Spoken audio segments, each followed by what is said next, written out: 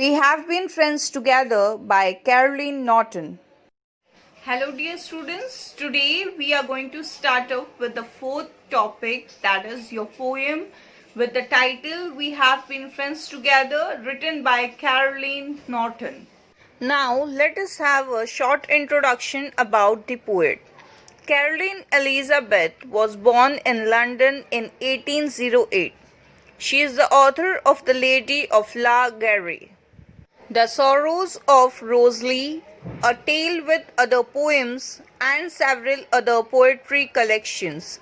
She is also known for her political influence and involvement in women's rights. Now, let us start with the poem We Have Been Friends Together by Caroline Norton. We have been friends together in sunshine and in shade, since first beneath the chestnut trees in infancy we played. But coldness dwells within thy heart, a cloud is on thy brow. We have been friends together, shall a light word part us now? Now, in this first stanza, the poet is saying that whether it was sunny or shade, we have been always together. Since first beneath the chestnut trees. Beneath means under the chestnut trees. In infancy we played. Infancy means childhood. That how they played in their childhood. But coldness dwells within thy heart. Thy means they. The poet is saying that something has happened and they are keeping in their heart. A cloud is on thy brow. Brow means between them.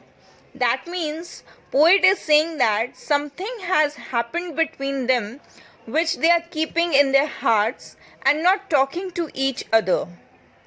The poet is saying that they have been friends together in all aspects, whether it was sunny, whether it was shade or anything.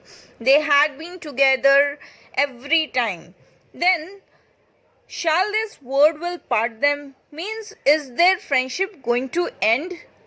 Second stanza. We have been gay together. We have laughed at little jests.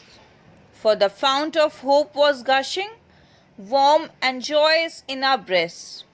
But laughter now hath fled thy lip, and sullen glooms thy brow. We have been gay together. Shall a light word part us now? In second stanza, poet says that we have been gay together. Gay means wherever they went together to enjoy. We have laughed at little jests. Jest means jokes or pranks. For the fount of hope was gushing. Fount means the source and gushing means pouring out. So the poet is saying that whatever was the reason or whatever would be the source, they went out to enjoy. But laughter now hath fled thy lip.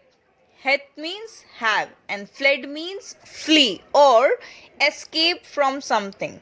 So the poet is saying that now the laughter has escaped from their lips and sullen glooms their brow.